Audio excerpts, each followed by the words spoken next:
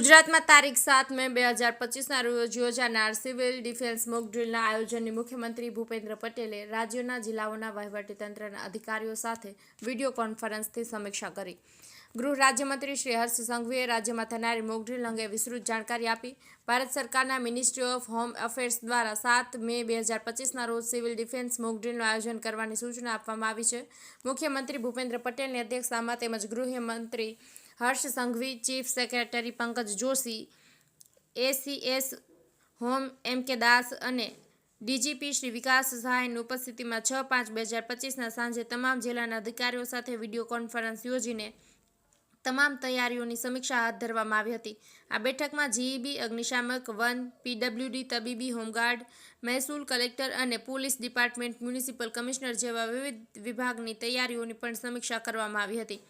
ગૃહ રાજ્યમંત્રી હર્ષ સંઘવીએ આ અંગે મીડિયાને વિગતો આપતા સામાન્ય બાબત તરીકે નાગરિકોએ મોકડ્રીલ સંદર્ભમાં શું કરવું જોઈએ તેની વિગતો આપતા કહ્યું હતું કે આવી પરિસ્થિતિમાં નાગરિકોએ આટલું કરવું જોઈએ.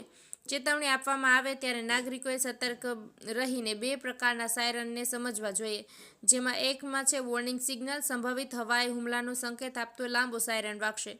બીજું ઓલ ક્લિયર સિગ્નલ, ટૂંકો અને સ્થિર સાયરન જે ખતરો પસાર થઈ ગયો છે તે દર્શાવે છે. કોઈપણ પ્રકારની ઇમરજન્સી પરિસ્થિતિમાં તાત્કાલિક નાગરિક પ્રતિભાવ તરીકે તમામ બાહ્ય પ્રવૃત્તિઓ તાત્કાલિક બંધ રહી વૃદ્ધો, બાળકો અને દિવ્યાંગ નાગરિકોને સહાય કરવી જોઈએ. આ ઉપરાંત લિફ્ટનો ઉપયોગ ટાળવો જોઈએ તથા સ્થળાંતર સમયે સીડીનો ઉપયોગ કરવો જોઈએ. તારીખ 7/5/2025ના રોજ રાજ્યમાં સાંજે 7:30 થી 8:30 દરમિયાન વિવિધ જિલ્લાઓમાં અલગ અલગ સમયે અડધો કલાક માટે બ્લેકઆઉટ રહેશે, જે દરમિયાન ઘર, ઓફિસ અને વાહનોમાં તમામ લાઇટો બંધ કરો અથવા તો ઢાંકી દો. પ્રકાશ લીકેજ અટકાવવા માટે બ્લેકઆઉટ પડદા અથવા ભારે કાપડનો ઉપયોગ કરો. બારીઓ પાસે મોબાઈલ ફોન અથવા તો ફ્લેશ લાઇટનો ઉપયોગ કરવાનું ટાળો.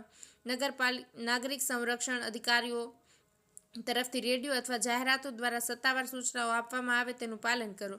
અફવાઓ કે ખોટી માહિતી ફેલાવશો નહીં. જેઓ પ્રક્રિયાથી અજાણ છે તેવા પડોશીઓને મદદ અને માર્ગદર્શન આપો. ગૃહ રાજ્યમંત્રીએ સૌ કોઈ નાગરિકોને એવું પણ અનુરોધ કર્યો હતો કે આ મોક ડ્રીલ એ માત્ર સતર્કતા અને પૂર્વ તૈયારી રૂપે થવાની છે, તેથી કોઈએ પણ ભય કે ગભરાટ રાખવાની જરૂર નથી.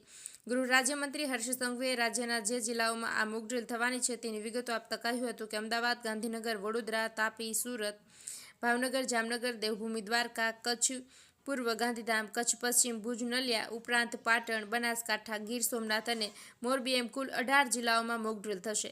ગૃહ રાજ્યમંત્રી શ્રી મોક ડ્રીલ માટે પગલાવાર પ્રક્રિયાને વિગતો આપતા જણાવ્યું હતું કે સિવિલ ડિફેન્સના સામાન્ય સિદ્ધાંતો અનુસાર કુલ 12 વિવિધ પ્રકારની સેવાઓ છે જે આ પ્રકારની પરિસ્થિતિમાં સક્રિયપણે ભાગ લેશે, જેમાં સિવિલ ડિફેન્સ પ્રશિક્ષિત વોર્ડન સ્વયંસેવકોનો સમાવેશ થાય છે. ઇન્ડિયન એરફોર્સ હોટલાઇન દ્વારા સિવિલ ડિફેન્સને ગુપ્ત સંદેશ મોકલાયો છે.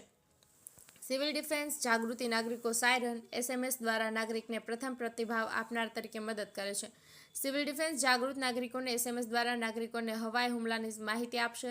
ફાયર ફાઇટર નાગરિકોને સ્થળ પરથી બહાર કાઢવામાં મદદ કરે છે અને તબીબી ટીમ દ્વારા ફિલ્ડમાં સારવાર આપવામાં આવે છે. પીડબ્લ્યુડી કાટમાળ અને જર્જરિત ઇમારતો દૂર કરવામાં અને સ્થળ સાફ કરવામાં મદદ કરે છે. વન વિભાગનો સ્ટાફ યુદ્ધ સ્થળોએથી પ્રાણીઓને બહાર કાઢવાની કામગીરી કરે છે.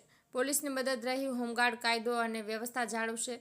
મહેસૂલ અધિકારીઓ દેખરેખ રાખશે. એકંદરે સ્થિતિમાં જિલ્લા કલેક્ટરની દેખરેખ હેઠળ સમગ્ર કાર્યવાહી કરવામાં આવશે. પોલીસ ખાતાઓ આવી પરિસ્થિતિમાં કાયદો અને વ્યવસ્થાની જાળવણી કરવાની હોય છે. વિદ્યાર્થીઓ સહિત સામાન્ય પ્રજાને સિવિલ ડિફેન્સ, એસડીઆરએફ અને એસઆરપી દ્વારા સંવેદનશીલ બનાવની અને જાગૃતિ વિસ્તૃત કરવાની દિશામાં તાલીમ આપવામાં આવશે. ગામના સરપંચોને પણ યોગ્ય માર્ગદર્શન આપવામાં આવશે. અત્રે નિર્દેશ કરવાનો જરૂરી છે કે વર્ષ 1962માં થયેલા ચીનના આક્રમણ પછી ભારત સરકારે અન્ય દેશો અનુસાર ભારત દેશમાં પણ નાગરિક સંરક્ષણ તંત્ર વર્ષ 1963થી શરૂ કર્યું છે. આ તંત્ર શરૂ કરવાનો મુખ્ય ઉદ્દેશ યુદ્ધ દરમિયાન પ્રજાના જાનમાલનું રક્ષણ કરવું, ગૃહ મોરચે પ્રજાનો જુસ્સો ટકાવી રાખવો, અફવાઓથી પણ પ્રજાઓને બચાવવા અને ઔદ્યોગિક ઉત્પાદનની પ્રક્રિયા પુરવઠો ચાલુ રહે તે જોવાનું છે. સમય જતાં નાગરિક સંરક્ષણની પ્રવૃત્તિનું કાર્યક્ષેત્ર વિસ્તારવામાં આવશે.